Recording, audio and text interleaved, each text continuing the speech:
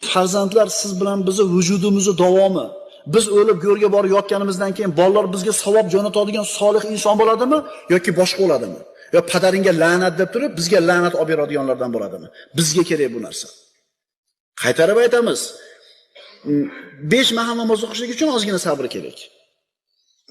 Bir oy Ramazon roza tutishlik uchun ozgina sabr kerak. Chunki bir oyda tugatdi.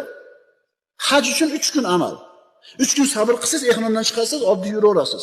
Ammo bola tarbiyasi, birodarlar, juda ham uzoq vaqt talab qiladi. 15 yil, 20 yil ketadi tarbiya qilishlikka bolani. Lekin agar mana shu ishni uddasidan o'tsangiz, bilasizmi, mevasi qanaqa shirin bo'ladi.